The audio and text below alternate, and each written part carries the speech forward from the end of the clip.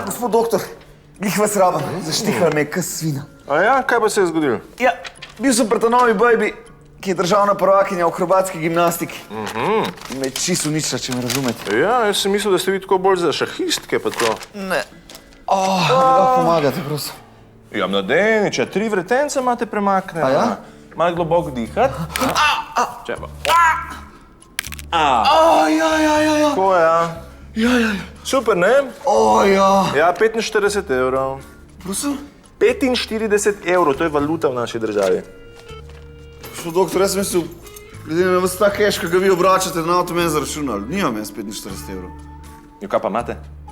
Ja, ne vem, imam...